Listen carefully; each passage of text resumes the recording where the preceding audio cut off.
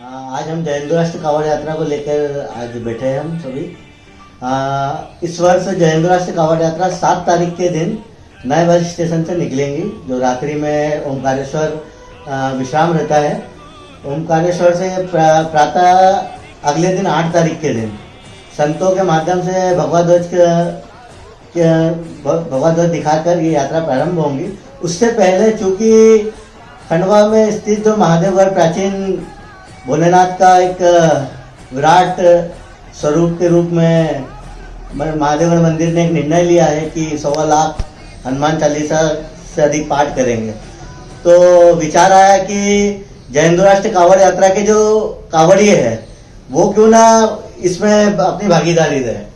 तो इस बार यात्रा जब प्रारंभ होंगी तो 11 बार हनुमान चालीसा के पाठ से प्रारंभ होकर पूरे रास्ते भर ये जितने भी हमारे कांवड़िए रहेंगे, क्योंकि इस बार कांवड़िए 5000 से भी अधिक कांवड़िए हैं, लगभग 5500-5600 पंजीयन हो चुके हैं और अधिक होने वाले हैं, क्योंकि अभी शेष 4 दिन और बचे हैं। तो बाकी हम जितने भी कांवड़िए हैं पूरे रास्ते भर हनुमान चालीसा का पाठ करते हुए आए। खंडवा में जब प्रारंभ होती है सिसोदिया से, तो इस बार जितने भी वाद्य यंत्र रहेंगे उस पे जयंत राष्ट्र कांवड़ यात्रा के जितने भी कांवड़िए हैं वो हनुमान चालीसा का पाठ करते हुए ही पूरे नगर भ्रमण करके महादेवगढ़ पे जल चढ़ाएंगे। तो और मेरा पूरे कांवड़ियों से, शहर के युवा ग्रामीण सभी से एक आह्वान है कि जैसे ही जयंत राष्ट्र कांवड़ यात्रा समाप्त होती है उसके बाद भी से श्रावण में आप एक निर्णय लेकर धर्म की जय के साथ, चूंकि अपना जयंत राष्ट्र कांवड़ यात्रा महादेवगढ़ मंदिर हमेशा राष्ट्र की उपासना, भारत को परम वैभव पे पहुंचाने के लिए एक संकल्प के साथ हम लोग चलते हैं हमेशा। तो हनुमान चालीसा चूंकि बल के देवता है, तो हम भी सभी उस मतलब यज्ञ में आहुति डालेंगे। आपका परिचय दे। मैं जयंत राष्ट्र कांवड़ यात्रा संयोजक सह संयोजक। बोलिए, इस प्रकार की यात्रा का स्वरूप रहेगा क्या है जी? इस बार जयंत राष्ट्र कांवड़ यात्रा अधिक से अधिक युवा रहेंगे इस कांवड़ यात्रा में, और इस कांवड़ यात्रा का एक ये वैचारिक कांवड़ यात्रा है। इस कांवड़ यात्रा का उद्देश्य भारत माता को परम वैभव पे पहुंचाने का है। ये कांवड़ यात्रा अखंड भारत की ओर अग्रसर को एक विचार को लेकर निकलती है। चाहत सिंह तोमर, कांवड़ यात्रा संयोजक। जी भैया, कांवड़ यात्रा निकलने वाली क्या कुछ है?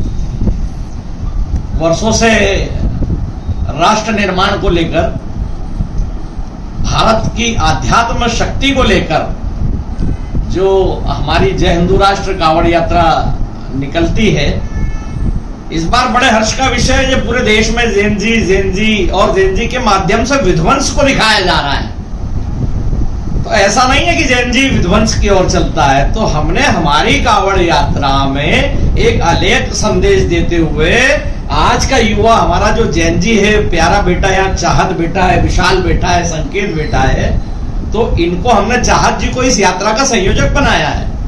विशाल जी इस यात्रा के सह संयोजक होंगे और साथ में ही अपने संकेत जी सह संयोजक होंगे, और साथ में ही विशाल जी जैसे अनेक युवा की जो टोली है इस कांवड़ यात्रा में काम कर रही है।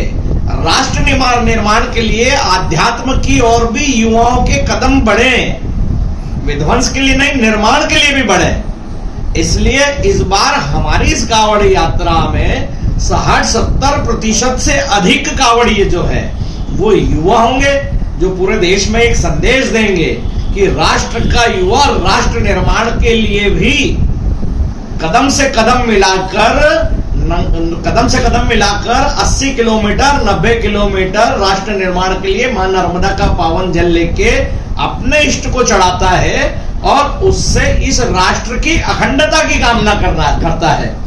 तो ये हमारी कांवड़ यात्रा में पूरे जिले के कांवड़िए जो है अपने अपने साधनों से 7 तारीख की शाम को ओंकारेश्वर नए बस स्टैंड पर पहुंचेंगे, और खंडवा के कांवड़िए खंडवा बस स्टैंड से निकलकर ओंकारेश्वर पहुंचेंगे।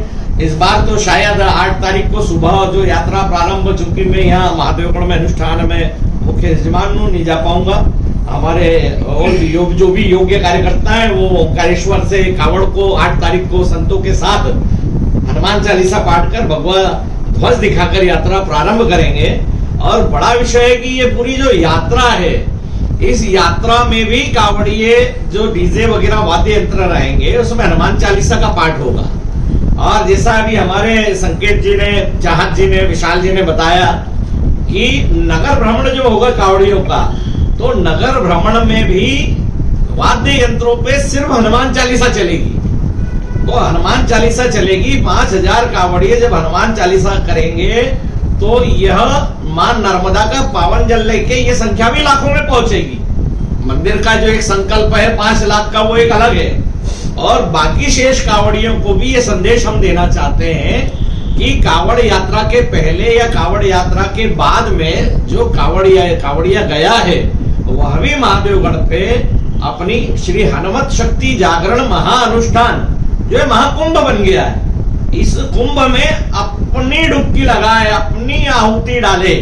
क्योंकि साधारणतः व्यक्ति गंगा स्नान के लिए जाता है, गंगा स्नान होता है, छिपरा स्नान के लिए जाता है, छिपरा स्नान होता है, गोदावरी स्नान के लिए जाता है, गोदावरी स्नान होता है। लेकिन जब महाकुंभ जब बढ़ता है तो गंगा स्नान महाकुंभ स्नान हो जाता है। उसी प्रकार ये जो हनुमत शक्ति जागरण महाअनुष्ठान है, यह महाअनुष्ठान जो है महाकुंभ की ओर जा रहा है, जो राष्ट्र निर्माण में ये खंडवा एक नींव का पत्थर साबित होगा।